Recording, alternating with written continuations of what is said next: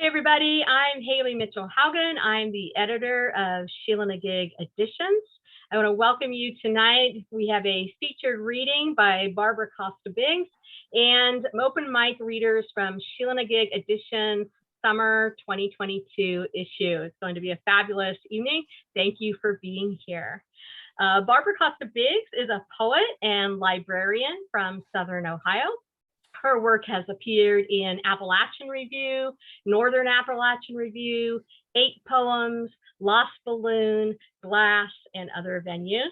Her first book, Broken on the Wheel, was published in November 2021 by Cornerstone Press, and her chapbook, The Other Shore, was a finalist for the Washburn Prize from Harbor Review.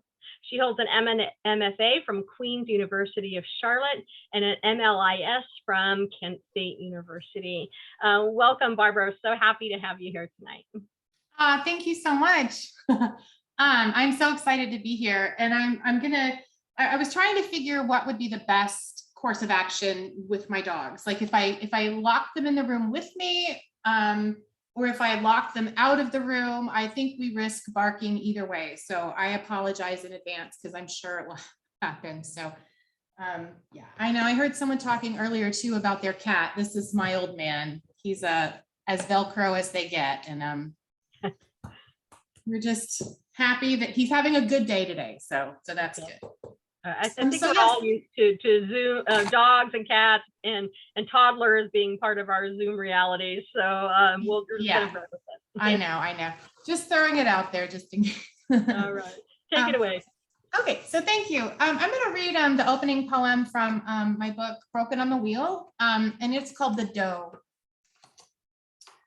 Upside down, you are ensnared in the barbed wire, north side of the pasture, borderland between garden and gully, all the thrash gone out of you. I crouch, show you my hands, farmer without a gun, a hope against hoper that I will never need one of those. I live with my head in the dirt. In spring, I plant rows of lettuce for spoiled cattle, extra corn for the raccoons. Do not welcome the fox to the chicken yard, though I defend her. Her kits are hungry. I imagine your last great leap, long legs tucked to belly. You've done it hundreds of times, sailed over fences, brush, downed trees. My missteps haven't yet left me for dead the way yours have. A stroke of your flank, my useless offer of comfort. At eye level, I see you seeing me. One misstep is the thing you've taught me to avoid, how one moment can change everything. That is the doe. My husband and I lived on a farm for a while and I forgot to say, I'm in Portsmouth, Ohio.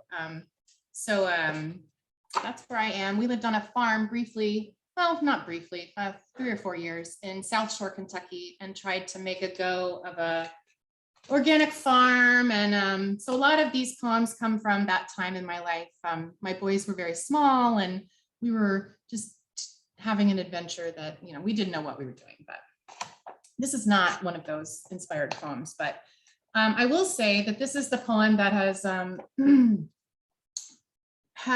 gotten me stuck in Facebook jail. So I was trying to promote the reading, and I haven't been able to for the past couple of days, because apparently if you say, I think it's time to burn down the patriarchy, that goes against Facebook's standards. So I've been booted off for a few days. So anyway, this is naked in the Macy's changing room, trying to think of anything other than the election. Before I was grown and called lovers lovers. Before I was a mother and called mama. Before I considered myself anything, I had a body, smaller, tighter, in flux and full of flaws, yet always mine. At 18, I slept with a boy I met my first semester away from home. I don't think I liked him much, but he liked me, and we moved in together. His father was a Republican with state political aspirations. I lived in Tucson, drove an hour to Nogales to buy birth control at a Mexican pharmacy. No prescription, no questions, cheap. I ate tamales from a street vendor and brought homemade tortillas home, stretched and cooked over a 50-gallon drum. My slippery mind might be confusing parts of these memories. I was stoned, gin drunk, living with a boy who told me when he first saw me naked, I wasn't sure I'd like your body. And when I got pregnant, told him over coffee I'd made an appointment for an abortion. He walked to the bank, handed me $250. A few days later, I drove myself to an office in an Adobe strip mall. On the table, wearing one of his t-shirts, paint splattered, the doctor asked me if I was an artist. So my book is split up into sections, this is from a section titled All the Precautions. So I write a lot about my kids too. So this is a poem that I wrote about my older son. It's called Thursday Morning, Early with Fog. The fog is so thick, I could build a set of stairs with it, or a room right in the middle of the pasture. We hear the turkeys nearby and we quiet, waiting for them to cut paths in the vapor and fly blindly away. In your driveway, this newly formed nebula, you wave your arm around, mixing the tiny droplets into swirls and wisps. I tell you the fog is clouds, and I'm not really sure of the science, but it sounds right and looks right. And the things that I tell you still hold so much weight. If we could see from above, from the top of our small hills, mountains once tall and snowy as the Rockies, we could jump and then bounce right back up. But I won't jump, at least not today. I can't ever lose sight of you, damp and in danger of being swallowed by the gray.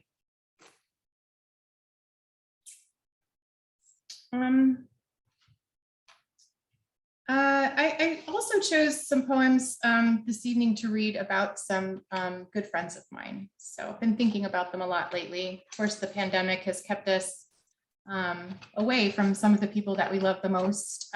Now things are starting, to get a little bit more normal. So that's wonderful. This is a poem I wrote for a friend, Mary. Intervention for the intervention specialist.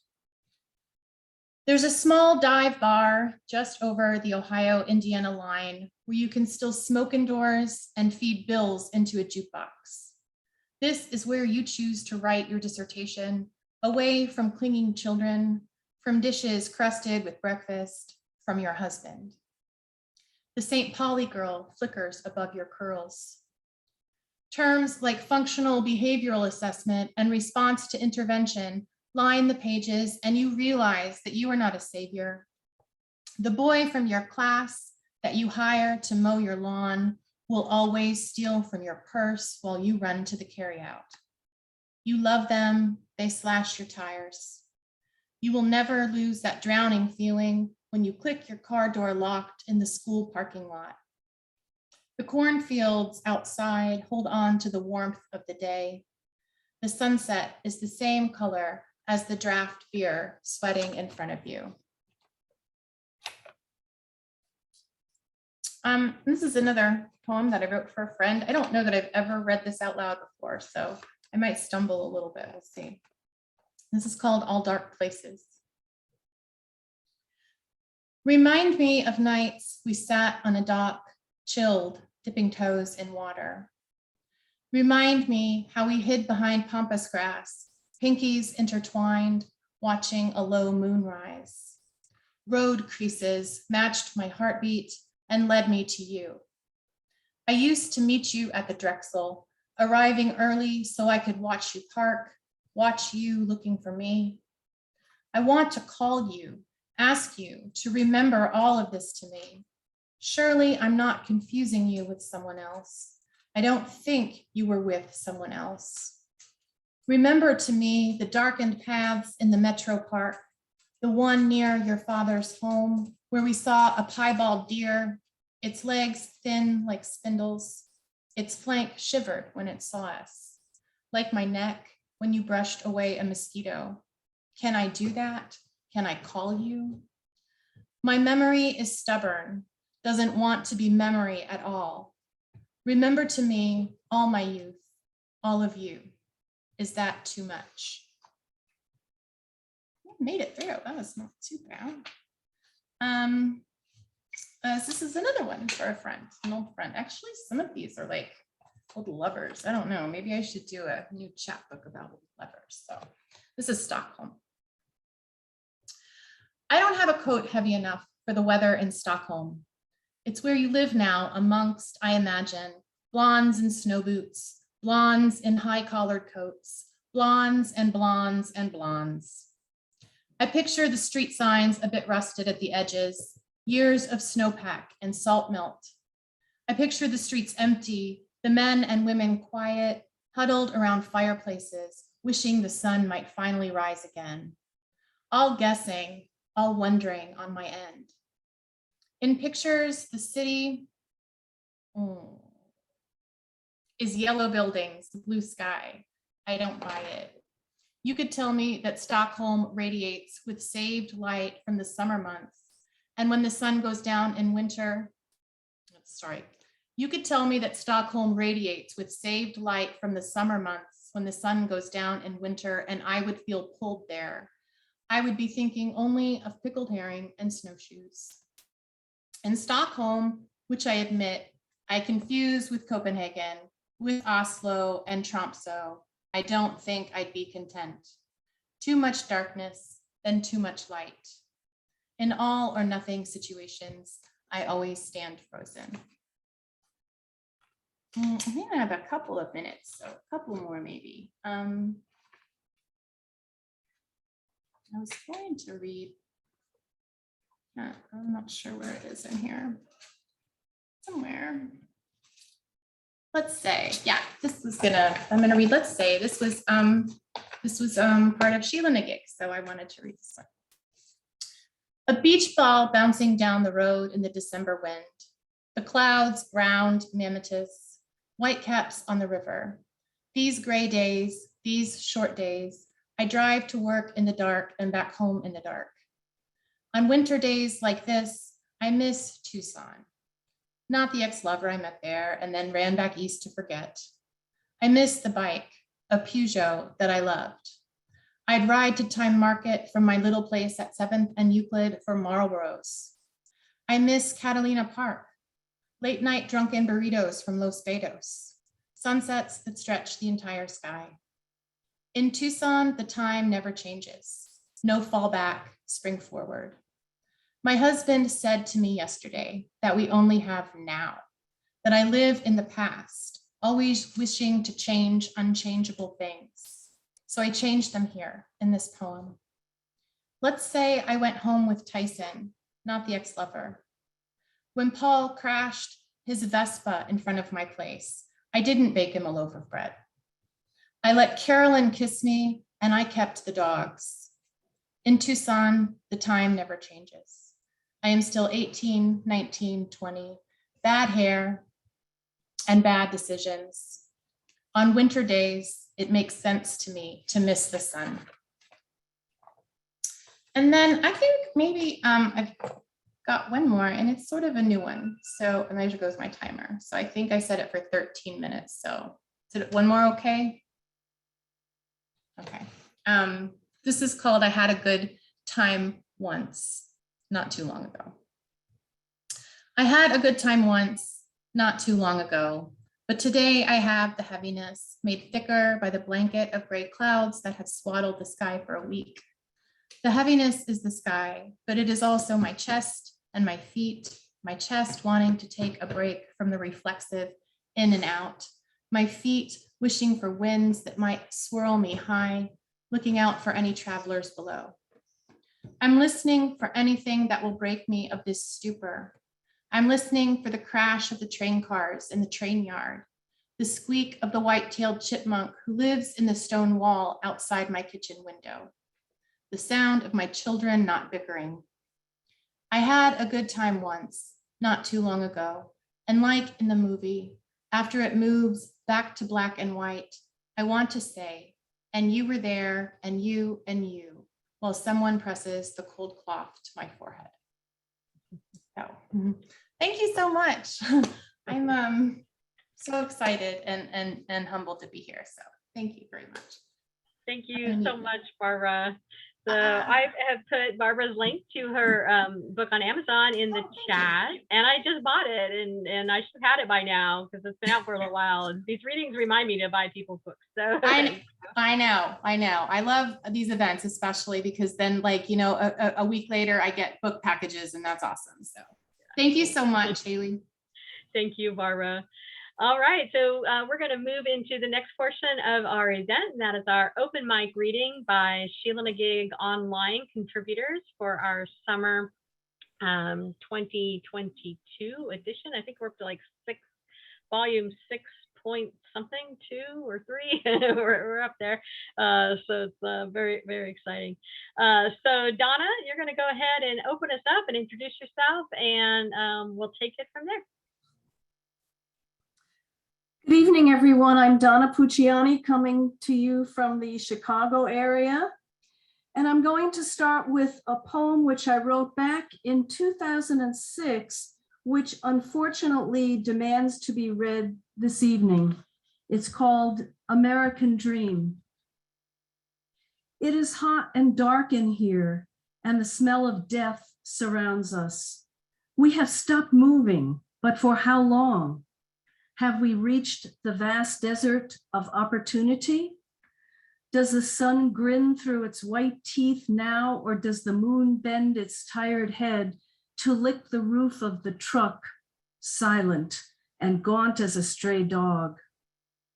Was it hours ago or only minutes that this box of 18 men rumbled down the highway past rocks and caverns and cactus, stopping only at gas pumps, which by some miracle failed to ignite in the heat that dances in invisible flames around us?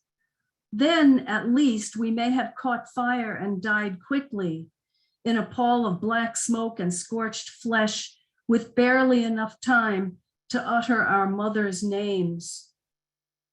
We have begun to sense that something is wrong. A man sobs in the back. Another, his arms touching mine, breathes rapidly in short gulps, like the goldfish that flipped itself out of my son's fishbowl on the dirt floor of our home. Its gills puffing and bubbling until all movement ceased. Even the sting of the scorpion would be better than this.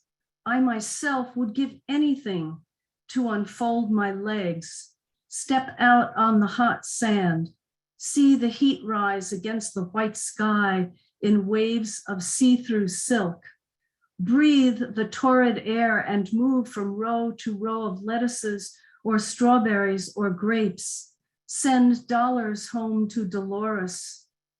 The children need shoes, and Maya screamed with toothache the night I left. My back is tired, and sweat stings my eyes. I close them and see neon reds, turquoise stones in silver rings, blankets of Guatemalan stripes, gold and scarlet and black, stars of cobalt blue and coral the color of my wife's lips.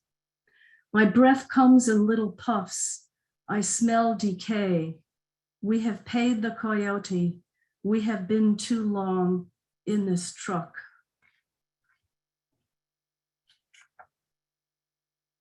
And I will finish with the poem that will appear in Sheila-Na-Gig. It's called Apocalypse Now. The world cracks like a giant egg. Humpty falls. So does his wall, new words in the ghastly rhyme of debris sailing through space, arms and stones falling like shards of death. Fragility becomes a new frontier of cosmic malady. Dumpty is sick, spills his guts over Eiffel Tower and Taj Mahal. His sunshine yolk splashed on an empty sky, the viscous white of protein, now the substance of viruses and madness, from a shell made of melancholy. And all the king's horses have vanished, wild-eyed as comets, their manes the strands of spent stars, their galloping hooves splitting a dying sky. Thank you.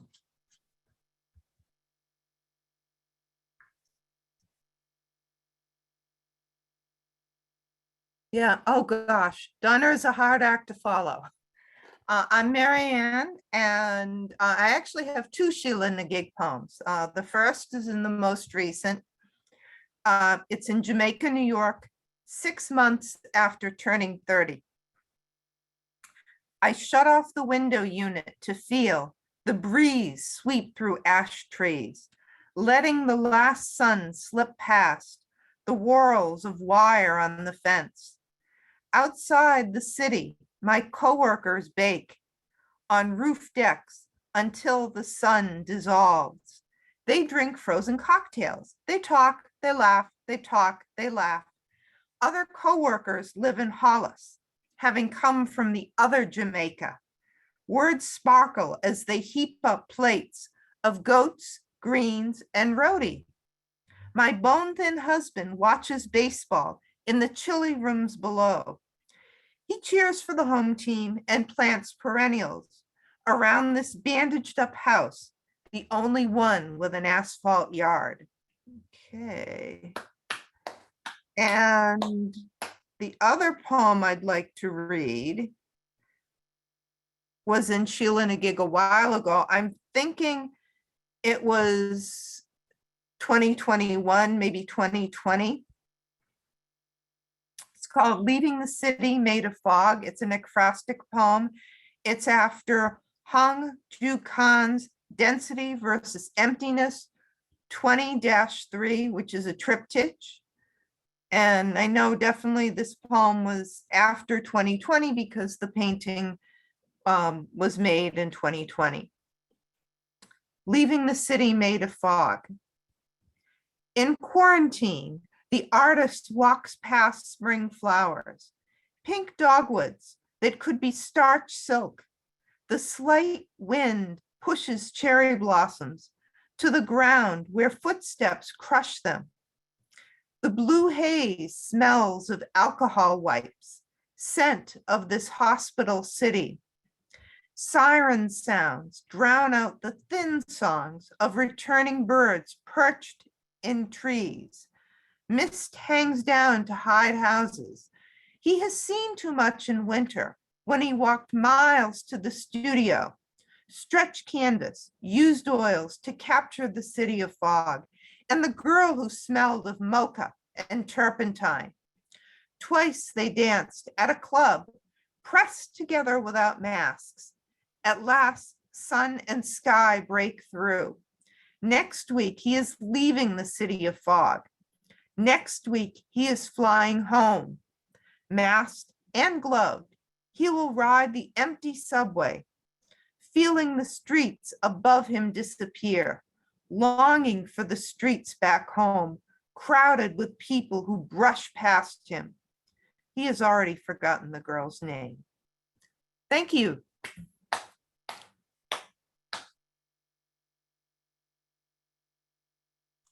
Well, I guess I'm up next.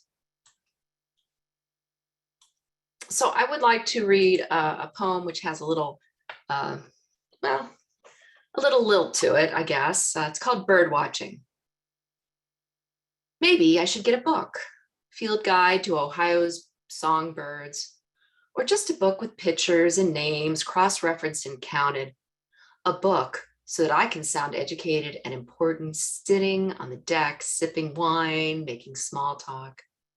A book I can study at night under the covers so no one knows it doesn't come natural. All the feathers and sounds identified as I point dramatically at the sky.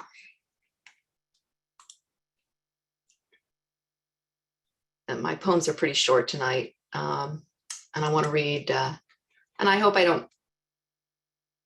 I I actually wanted to read 3, and they're all very short. The next one is called The Reading. The Reading. She took the stage in sweeping waves of her summer dress. The sway of her hips moved the room sideways, and she brushed her hair from her cheek, letting it linger just long enough for him to move his hand upward.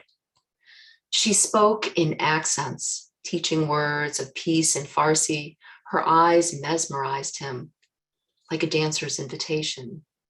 When she read her poem, the words slipped from her tongue, a sound unknown yet hauntingly familiar. Oh, how he watched her, keeping his hand tightly around the leash of his wolf.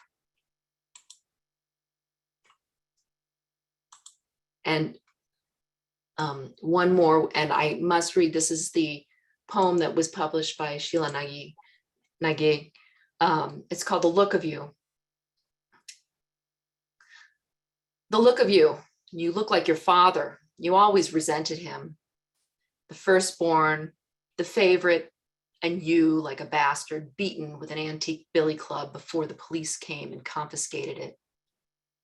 They left you behind in a palace with winding paths through the gardens of your mother, planted as she grew flowers and hostas and shadows underneath the trees and in bright exposed beds. You picked her tulips and she cracked your knuckles with a wooden spoon, but she put them in a vase nonetheless. Maybe you really did love once. Maybe you didn't. But when you turned those lessons on me, you never averted your eyes, sleepwalking, deaf to my pleas, blind to the handfuls of hair and wretchedness that remained. What you really broke was your own heart, empty after flash floods of familiar suffering, pretending you had ever let me in. Thank you very much.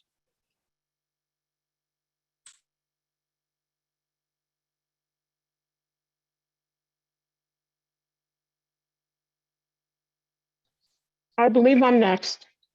Yep. So, I'll read the poem that was in the summer issue first of Sheila-Na-Gig. It's called Migration. In a small town, sheltered in the shadow of a mountain, the turtles make their yearly journey, trundling like tiny tanks across the road, making front page news. It isn't the procession's length or stately pace that draws attention, but the carnage made by pickups full of hay, school buses packed with squealing children. By migration's end, the trail is bloody, strewn with shattered shells, slick with guts. The turtles aren't deterred. They keep on heading for the woods, though to our eyes, it's only scrawny pines on either side. This second one was in the Journal of Radical Wonder, which is a nice journal, and they publish every day. So they're always looking for poems, and you should think of sending them. It's called Games We Played. They were serious business, those games we played at in the schoolyard, up the driveway, against the stoop, with balls and bikes or rakes, chasing each other up and down the block, building igloos in the snow. We played family, repeating all the curse words we heard our fathers uttered, played war. On rainy Sundays, we got out old box games like Monopoly or Candyland, dealt hands of Old Maid on the kitchen table. But I preferred to play alone, retreating to the damp basement, where I'd imagine I was flying in the clouds, though it was just a stationary bicycle with wings, I'd fashioned out of plywood, laid across the front seat, end of the seat. Sometimes as I flew, I'd sing along to records of Broadway shows, learning all the words. I still remember some of those songs. And I forgot to tell you, my name's Robbi Nestor, and I live in Lake Forest, California. Thanks. And I'm Robert Dean, and I live in Augusta, Kansas, which is a small town about 15 miles east of Wichita. For those of you not familiar with the Great Plains out there. First, I'm going to read the one from Sheila-Na-Gig, the June issue. Title is Everything Must Go, and it has a quote from Charles Wright's poem Nostalgia 3 at the beginning of it, which says, "The doors of the world stand open." And the poem reads, "The closeout to end all closeouts, 24 hours a day, 7 days a week. Look, there's Grandpa's wooden cane, missing the rubber tip. A faux samurai sword some would-be adventurer, me, paid too much for it, Pier 1. One haim of a pear from the wall of Uncle Fred's long-collapsed barn. The stub of a Kansas City athletics ticket from a game I don't remember attending. I don't remember attending any. A sickly green stalk of asparagus from Mom's backyard garden. One of many my brother and I didn't eat, no matter how much Velveeta cheese sauce smothered it. A rotted apple with 2 bites missing. A mouth of soil from which a brother's blood cries out. Splinters from the other 2 crosses on Golgotha, both just as true as the third and much more under our skin. A charred wooden stake with the eye of Polyphemus dripping from the pointed end. The heel of Achilles, the armor of Goliath, the kiss of peace from the Garden of Gethsemane. The 65th hexagram from the I Ching. Lipo's empty wine flask floating in the Yangtze River's upside down moon. 2 world wars and my father's induction papers for the second one, plus an added bonus, my mother's security photo from the Harrington Air Base. My draft number from 1971 and various period articles about Canada and how to get there via a new underground railroad. The woman I loved and lost, the second one. Some words I could never fit into a poem, and some left over when all was said and done. A pocket full of sunlight from the first day of the world. Hate, curses, boils, plagues, strife, despair, 1 second before Pandora unseals the mouth of the jar. Hope, faith, love, rock bottom prices. Get them while they last. The other one I'm going to read came out in last month's issue of, I'll probably mispronounce it, Suisun Valley Review, which is out of Solano County Community College in California. And I just got this issue actually today. I'll read one of 2 poems that I have in there. It's called Graphic Novel. Since when have we had to draw each other a picture? Since when have our words drifted balloon-like over our heads? Since when are we sketched by unknown hands, inked by collaborators operating under aliases? Since when did we become action figures somewhere between Batman and Alice in Wonderland? Since when did we lose the between, where the mind lives, where the story unfolds like a brand new pair of pants, where the terror of the unknown starts the banality of the known from the lines? If I read you like Lady Chatterley's lover, will you see me like Van Gogh's Starry Night? If I paint you like Bronte's Jane Eyre, will you write me like Caravaggio's Card Sharps, the one with the feather in his cap and the cards in his tunic pocket? If I hear you like a cat-footed snowfall in the high mountains of our first hours, will you spy me in the Marianas Trench shadows of these latter days? If I seek and find you hiding in some dead-end corner labeled the end, can we count to 10 and pen a sequel? If I reach out to turn this page, will I find your hand also there at the corner waiting? If I do, and you are, what conclusions must we draw? but apologies need we write? Since when have we not been the same story, no matter how it's told? Since when have we never remained between the covers, left the lines? Since when have we ever remained between the covers, left the lines unblurred, stopped the colors like tears from running down the page? Lift the pen, prick the heart, the blood writes a black tale. It is ours. Since before the beginning of recorded time, since a human tongue first painted imaginations, sitting wide-eyed around a campfire, it is ours.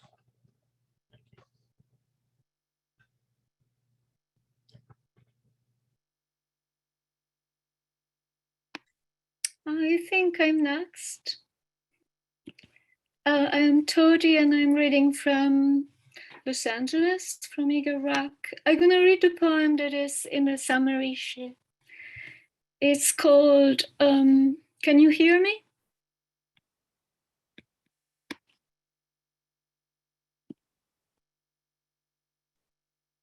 Can you guys hear me? Yeah, you're fine, Toady. That's great. So the Sheila-Na-Gig, which is called The Past Ineffable. To the girl who was me and wasn't, thank you for your stubbornness, love. How you insisted against all odds, following the tortuous path I had drawn, then covered with dust in order to blur my traces. To the girl who swallowed tears and kept going, to the undefeated, how you searched and searched, convinced you'd find me somewhere, or else you would make me. You'd fish scraps out of grandma's rag bag and sew me together. So you did, sometimes with uncertain stitches, your thread tangling and breaking. Then you bravely breathed the life that was yours into my stuffed body. And the second poem I decided I'll match, and it's another poem about childhood. It's called Teru-san, which means the eldest son in Japanese. And the boy named River unfolded, gently yet irreversibly, is sprouted like corn, tall, invincible, like a newly built boat bound to meet the ocean. The boy was called River. Boy with willow dark hair, fit for making brushes and brooms, with a pure gaze of volcanoes, long extinct but still warm inside their hollow, deep core. With the wisdom of infinite seasons and the cheerful thrill of a bird, his miniature index a compass, long knitted cap, flapping like a sail in the breeze, chubby legs notched around her waist like a leather belt, like a sash, an obi, tiny feet tickling the small of her back. Thank you.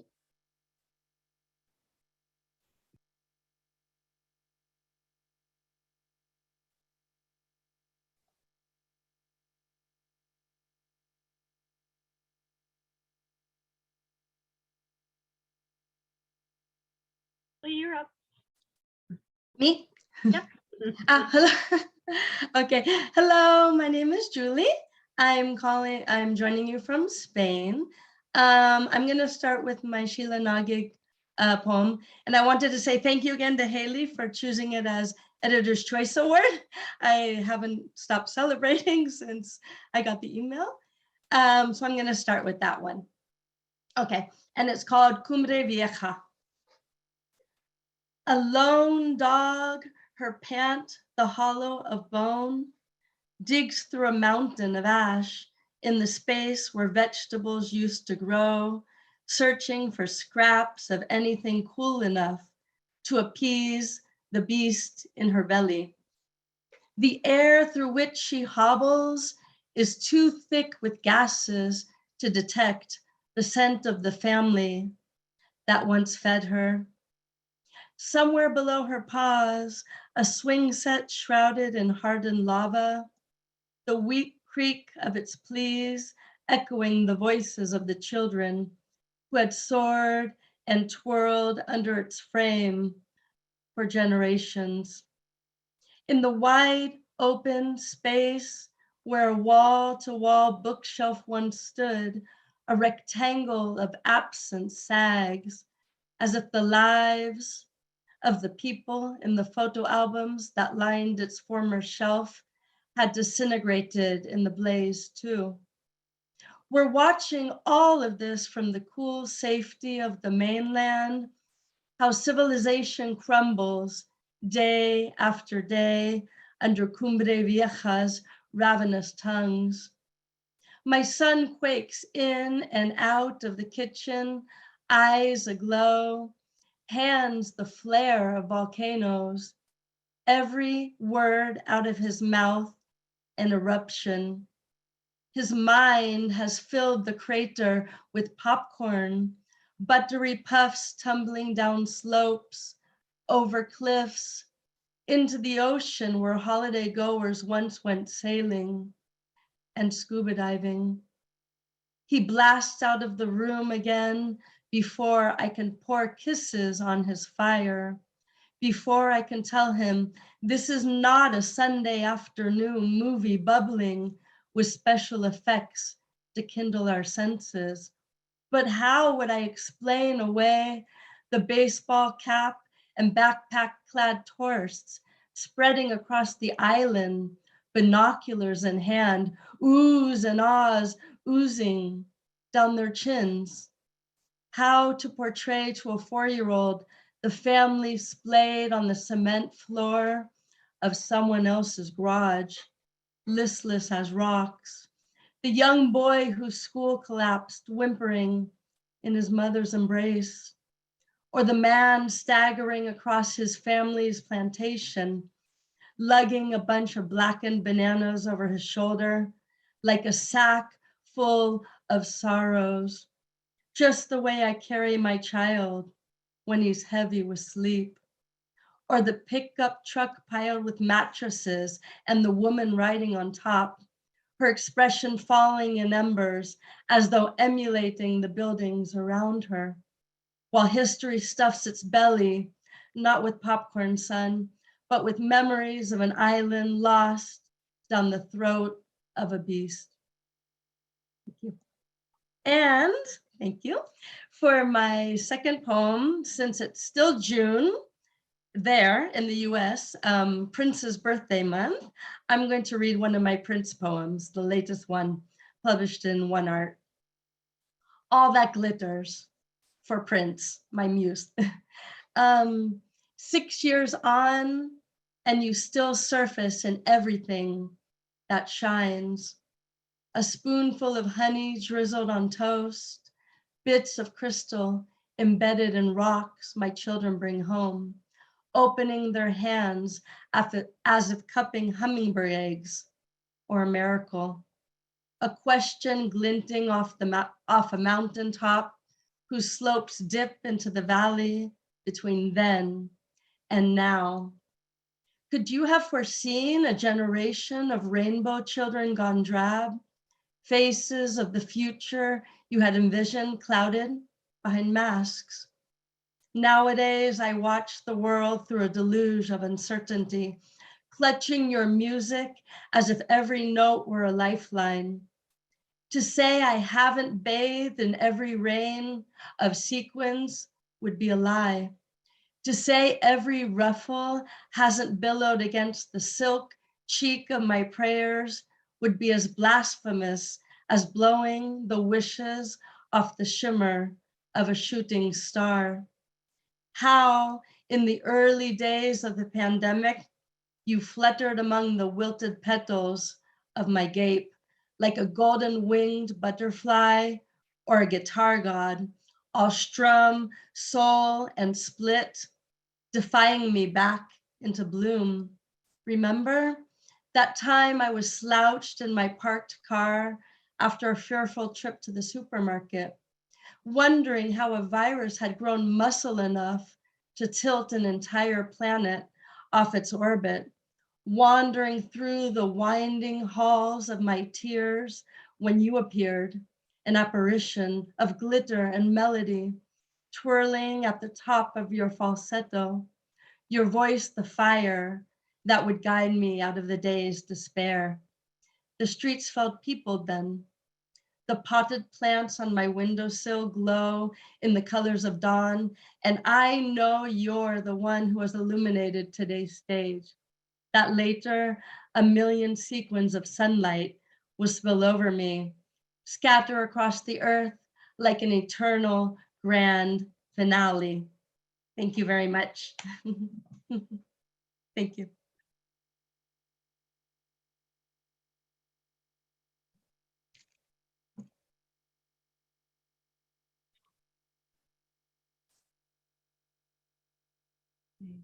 Simona, you're up.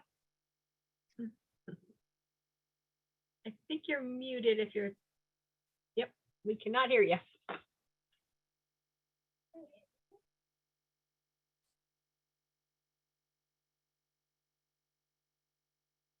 No, it looks like you're unmuted, but we can't hear you.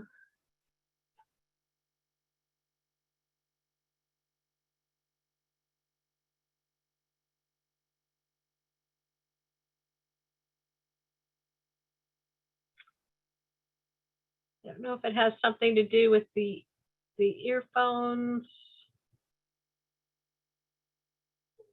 Robbi said yes, maybe.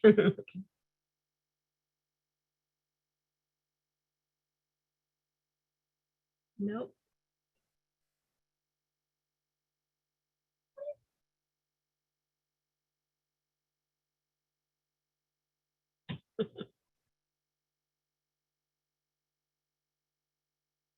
We could hear you earlier when.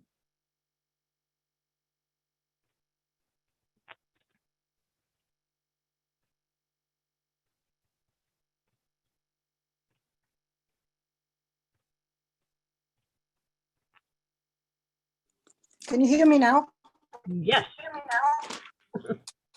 Okay, sorry. Okay, Okay. sorry. I hate this complications. Okay. I There can I edit am. them out. No big deal. So, okay. Oh, good. Okay, sorry. I'm Simona. I live in Northern California, but right now I'm in Washington State. So part of the complication is because I'm in a hotel room.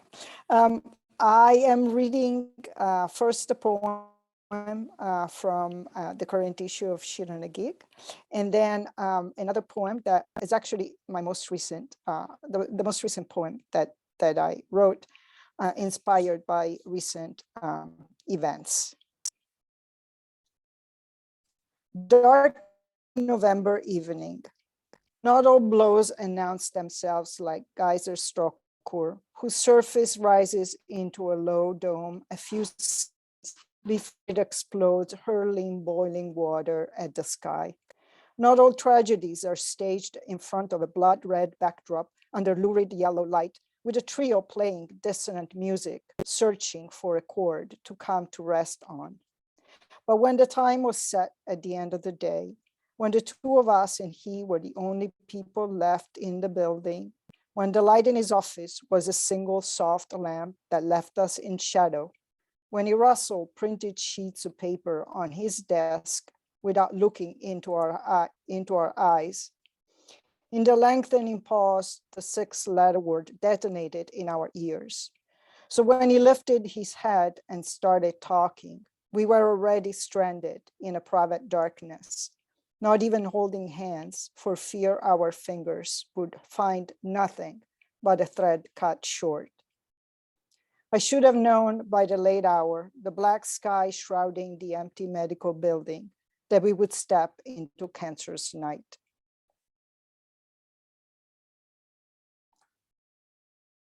Gunman kills 10 at Buffalo supermarket in racist attack.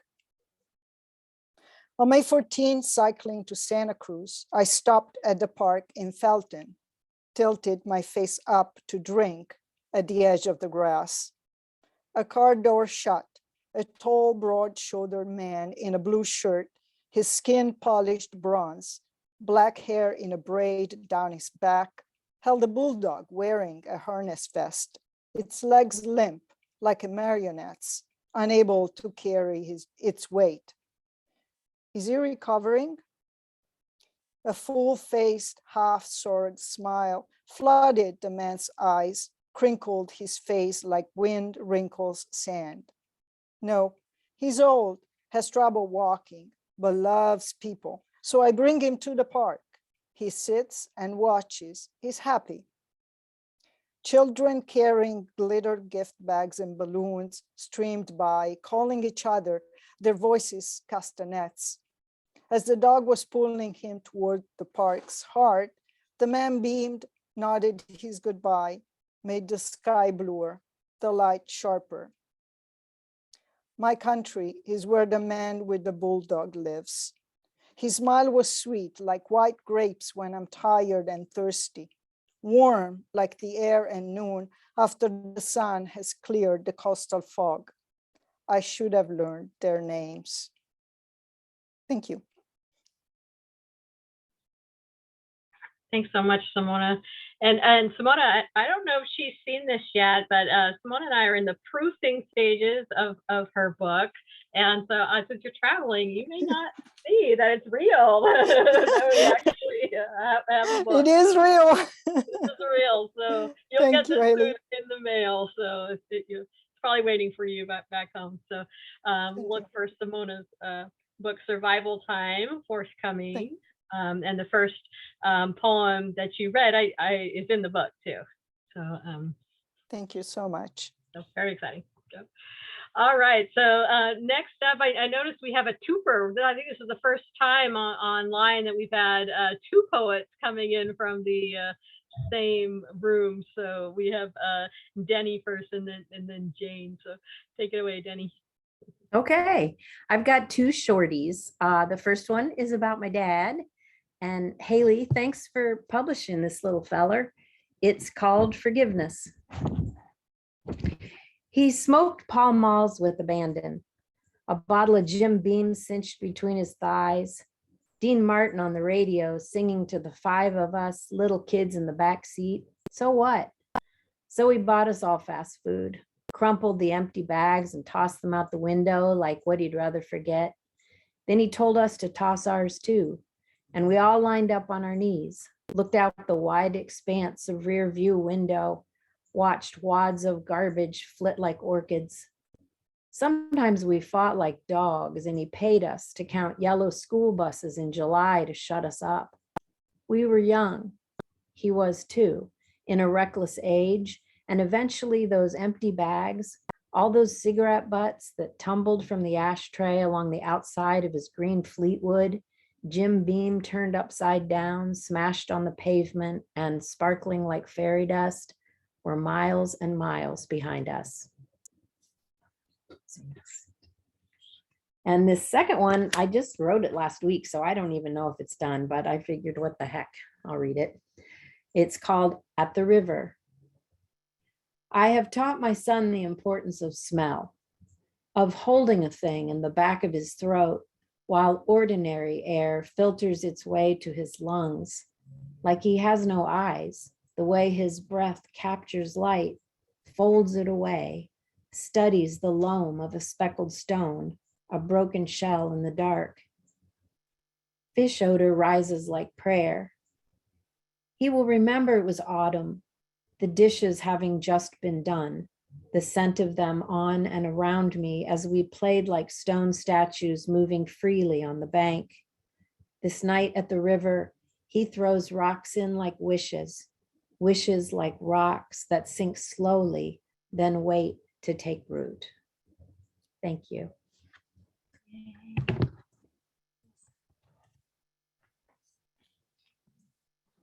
Okay. Yeah, you're good. Okay.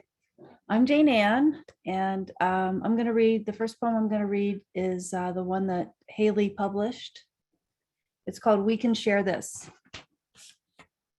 I unwrap the butcher paper from the frozen chuck. I can't tell ice flakes from wax skin.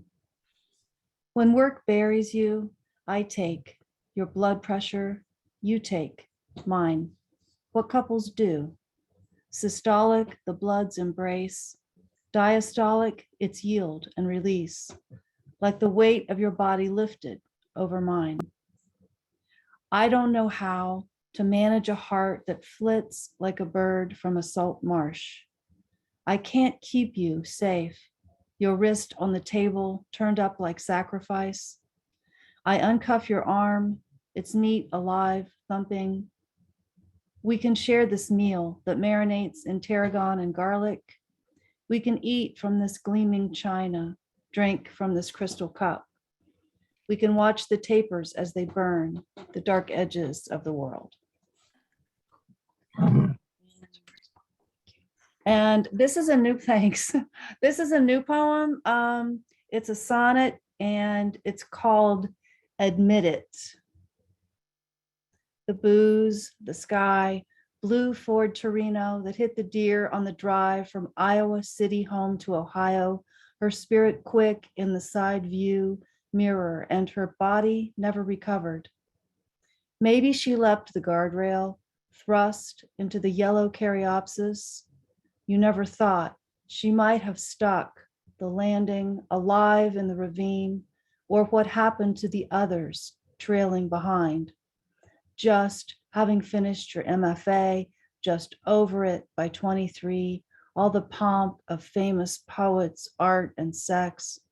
You never told whose bread, any kind but multigrain, sat in your cart, sometime errand girl, sometime naked on his bed.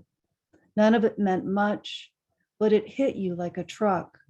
The poem he wrote for the other girl, the one he loved but never touched. Thank you. Thank you. Hi, everyone. I'm Doug Van Hooser. I am in southern Wisconsin on Whitewater Lake, where the wind's not blowing hard enough tonight to create whitewater. The first poem I'm going to read appeared recently on Sheila-Na-Gig. It's entitled Droplets of Dew. Told things I do not want to know, like the ones I do not need to tell, secrets that do not run out of fuel. The moon fails to illuminate the canyons and craters, its shadows are everywhere. The pockets of a worn coat hold debris of the past, faded ink on yellowed paper. The folds tear, edges shred. Words are doves with clipped wings that perch and coo. The grass shimmers with dew, footsteps matted path, dry in a flattened impression. And the second poem I'm going to read is entitled Hip Boots. No need to repeat mistakes. Their ghosts sit behind me, lay next to me in bed, hand me tissues. The past, unable to pass, gnaws at my wires, causes sparks, flickering images, short-term outages. A person, an event, something I said or should have said become loud colors. Shout, remember me? Whispers, I can't elude or elucidate, echo in my mind's cavern. Water rushes over the path of slick stones I trek, unable to decide which side of the river to fish from. So I stand in the river and shiver as the water rises over my knees, above my waist, surrounds my chest, where the heart's metronome thumps. Today's lyrics give way to the chorus I can't escape. Thank you.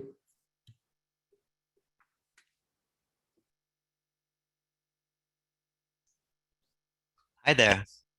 Is this working? This is Paul. Can you guys hear me? Thumbs up? Okay, good. You're good. Okay, sounds great. Yeah, hi, I'm Paul Ilechko. I'm in Lambertville, New Jersey, which is a short stroll up the Delaware River to New Hope, Pennsylvania. So it's in the nice part of New Jersey, the pretty part. I got a bad cough, so hopefully I'm trying to suck lozenges while I'm doing so I can actually still speak. Hopefully it won't get too bad. So this first poem is called Foggy Road Sonnet. This is the one that was in Sheila-Na-Gig recently. Here we go, Foggy Road Sonnet. Driving in the fog, thinking about what, if anything, we believe in. thinking about a man who is dying in the ICU. Old, but not old, a righteous man in his own way. It's been a hard winter with so much suffering. It's been a hard decade, even though we managed to keep the money trickling in. We managed to keep the candles permanently lit and the wine cold, and the TV kept the boredom at bay. And when we needed something more, something different, there was always the car and the thickening fog and a wet, winding road that carved a line around the spareness of the topology of landscape. A road without any sense of time, darkly discreet. A road that could possibly have taken us anywhere.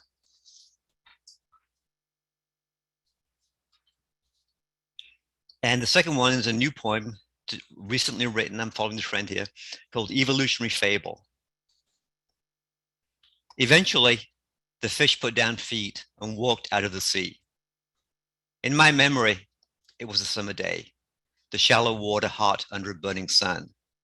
And the fish became children, discovering for the first time the stages of a life, navigating the perils of relationships. They had exchanged their coral reefs, their turquoise lagoons, the massive waves of primal ocean for the vomit stink of a nursemaid's shoulder, for the grazed knees of accidental kindergarten, for the intense fallibility of middle school certainties. And on they went, passing eventually into adulthood, the hard breasts of women preparing for the repetition of the cycle, watching from hospital windows as the men swam together, splashing carefree in the chlorine stink, blissfully unaware of the ambiguity or the irony of their situation. Thanks.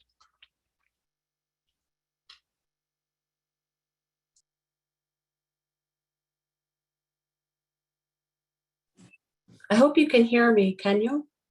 Oh, great. I'm Ellen Austin Lee. I live in Cincinnati, and right now actually is my first night on a retreat with a group of women. So hopefully they're not going to get super noisy. They haven't been, but I just all of a sudden heard people in the hallway. So I'm going to read, the first poem is the one that will be in the next issue of Sheila-Na-Gig, and it's called Anam Cara, which is the Gaelic phrase for soul friend. So this is kind of an unusual poem for me, but I wrote a poem, kind of a love poem for my best friend. I cannot close my eyes on us side by side on the banks of Butternut Creek, clawing out clay with our bare hands. Two young girls in spring when the water ran fast and clear, giggles breaking over stone. The tombs in St. Mary's did not scare us away. The cemetery, our place to live and play. Tori, you and I scored blackberries there, no matter the ground was seeded with decomposing bone. Fingers stained violet, we loaded our buckets with the ripest ones. We agreed there was enough when the heaped piles could fill a pie. For two, time and again, the juice spills over the tin. Every day I wear the silver necklace you gave me, hazel tree, the Celtic call in the ancient Ogham alphabet, where each letter is a tree and each tree holds its own lore. 4 copper stripes on the trunk spell wisdom and poetry. Now both our fathers lie buried in St. Mary's, and autumn leaves color our walks. We talk about the deepest clay, only we can excavate. I say we are molded shapes, cured by time. Anam Cara, our roots meet beneath the earth. These branches we return to, our shared sky. Thank you. And the next poem is a short poem I'm going to read called Incidental Pollen, and this was recently published in Stone Canoe, the Upstate New York Journal. Incidental Pollen. I watch the bees re-enter the hive in sharp diagonals, laden with nectar, legs golden with furry pockets of pollen. There's no doubt where they belong, drawn as they are instinctively to home. I left mine as soon as I could, certain I would create a version with more belonging, less belief that I was in the wrong place. But wherever I've lived, the same red bricks as my childhood. The further away I moved, the more the wall encircled. In Amsterdam, music pulled me inside an empty church where I sat in a pew and listened to the organist practice a hymn. The tune I recognized, but the words I couldn't recall. It's too late now. Where I am absent, the sweetness accrues. I linger and feed there. It never empties. Thank you.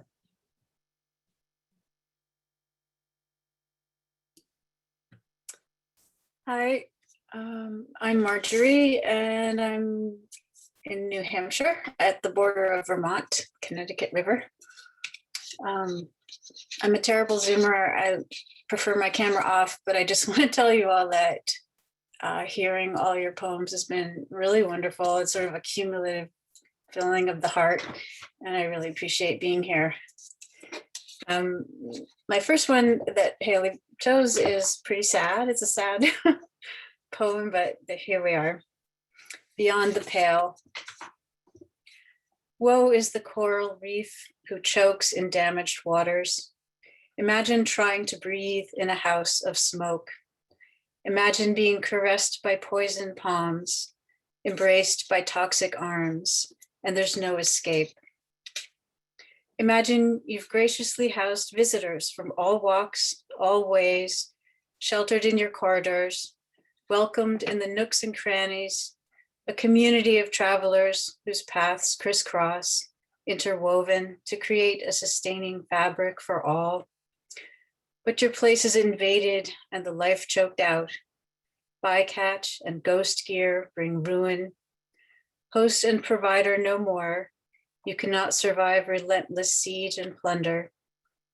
Bleached to a white surrender, you sway unhealthy now in an alien galaxy of floating forever plastic. Yeah.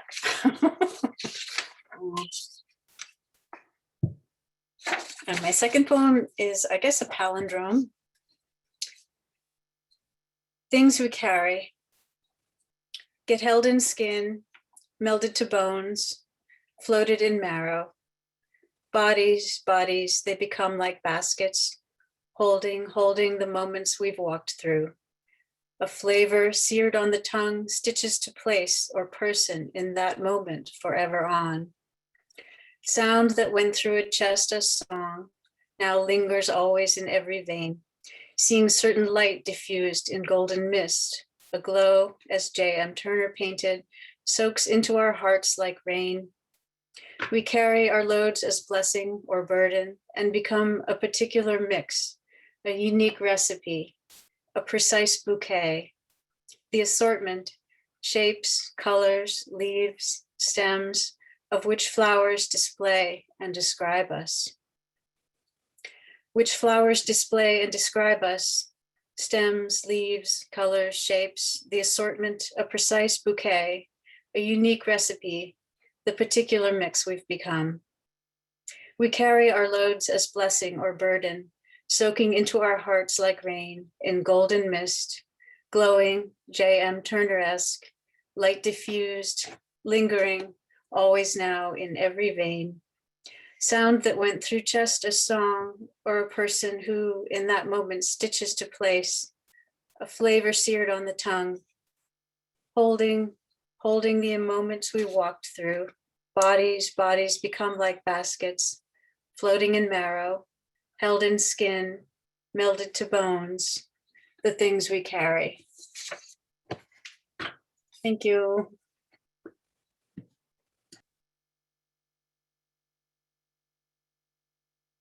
Hi, everybody. I think I go next. I'm George Franklin. I'm down here in Miami, Florida. other end of the country. And the first poem I'm going to read is called Remote Cities, and that's the title of a book that hopefully will be coming out from Sheila later on this year. Remote cities. Built on the edge of lakes and rivers, remote cities, brown wooden buildings, narrow underground passages that crawl one cellar to another, but never emerge beneath the white sky. Their labyrinths have no Theseus, and you have no ball of thread or sword. The monster that was waiting for you gave up a long time ago. He's gone to a cave in the mountains, washes down whole sheep with rainwater, picks his teeth with something you don't want to see. You'll never get the chance to say your name is no man, to hear prophecies, negotiate with gods and witches. The wind changed direction, and somehow you missed each other. There's a sign that reads, "The station master will be back after lunch." Somebody is giving birth behind the sofa. Cracked bones are strewn across a beach. Cigarette filters with lipstick, turtle shells carved into ashtrays, smells of rotting fish, seaweed. On a coal train platform, a shopping bag spills open. Dust burns your eyelids, and someone you almost recognize falls onto the tracks. A saxophone plays ballads no one can hear but you. Give thanks to the veiled inhabitants of these cities, generous with their salt and black bread, their bowls of water that reflect your face. Let them draw close. Give them that Greek coin in your pocket. Thank you. The second poem, both of these poems are in this current issue of Sheila. Eclipse, and it begins with some lines from Kenneth Rexroth. Is it all the blood on the earth makes the shadow that color, she asks. Kenneth Rexroth, Blood on a Dead World. Somewhere there is always a war. Somewhere people are always dying of a disease that could have been prevented or cured. Somewhere the stars are shining oblivious to whatever is happening here. Somewhere someone in a factory is cleaning out a vat of something that requires protective gear that was never issued. Somewhere someone always needs the work. Tonight there's a full lunar eclipse. It can be seen from lots of places, and the parking lot outside is one of them. Somewhere the moon that turns the color of drying blood reminds someone of a poem, just as it reminded me. Somewhere troops look through night goggles, watch the sky for drones or fighters. By now the stars are a cruel joke. When the cities go black, stars shine even brighter than before. If they were flashing messages, if they knew or cared, it would only be to tell us we don't matter. If the universe has a center, it's not us. Light careens through the void without sentiment or purpose. There was a poet whose 4-year-old daughter asked if the eclipsed moon was reflecting all the blood on Earth. But the Earth just moves like one of those mechanical clocks from the Middle Ages, clicking into place between the sun and an orbiting ball of rock where nothing lives or grows. Somewhere there is always a war, disputed territory, refugees in blankets, pink knitted hats, a plastic bottle with water. Somewhere, someone is always digging a grave or building a funeral pyre out of furniture and broken boards. Somewhere, the Earth's shadow crosses the moon. Thank you. Thank you, George. I've got to say too, I mean, these are big poems, and this is a big book forthcoming from George. It's going to take me a while to lay this one out. George writes big books. And George had a different title for his collection, and when you hear a poem like Remote Cities, you just know right away, no, that's your title poem. There it is. So check out the Really, I'm not hearing you. It may just be me. Can everybody else hear me? You're actually frozen on the screen, George, so I think it's on your end, honey. So. There you are. You're moving now. I think you were frozen there for a minute, George. Yeah. Okay. We're going to end tonight with Stephen. Can you wrap us up?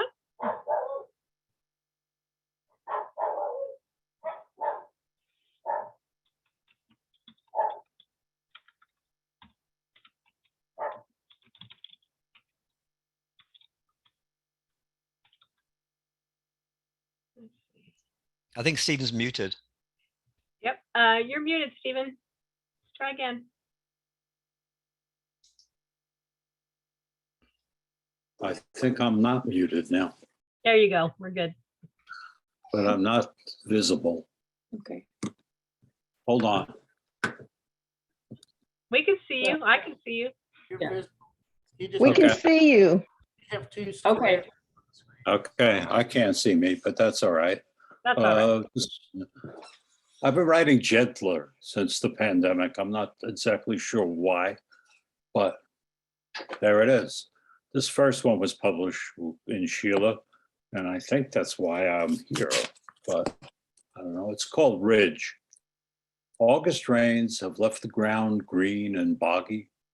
This evening, a cool mist rises to hug the ridge like filings in a force field. Wouldn't you like to hold someone so easily? Nature is unaware of its beauty. Tricks of light and season leave it unperturbed. The ridge and I are old companions. A singular feature, it dominates my view from any vantage. I often wonder about the view from the ridge, but city bred, I'm too tied to pavement to try the climb. Yet I imagine myself among the explorers of an earlier age. Leather-clad and booted, we work our way inland from a Susquehanna landing. Muskets against lion and bear, we muscle our way to the ridgetop to find a valley so inviting. We envision a settlement right here where I sit rocking. And the second poem, I think I'm making fun of myself, but I'm not quite sure. This was published in Schuylkill Valley Review. It's called Stillness. It's perfect right now. Early evening distilled through the oaks in a lattice of light, the air cooling to that first fine chill. In these enlightened times, mindful meditation is offered 3 times a day on Zoom, and my smartwatch reminds me every hour to breathe. Be in the moment, we're advised, which brings a smile and memories. Zen koans, Alan Watts, the sound of one hand clapping. Truth be told, my mind would wander beyond the droning om, flip the Rolodex of people and place, promise and regret. You and I are lucky that age can cure what discipline and study cannot. I welcome the enveloping evening, calm, empty, and open. Thank you.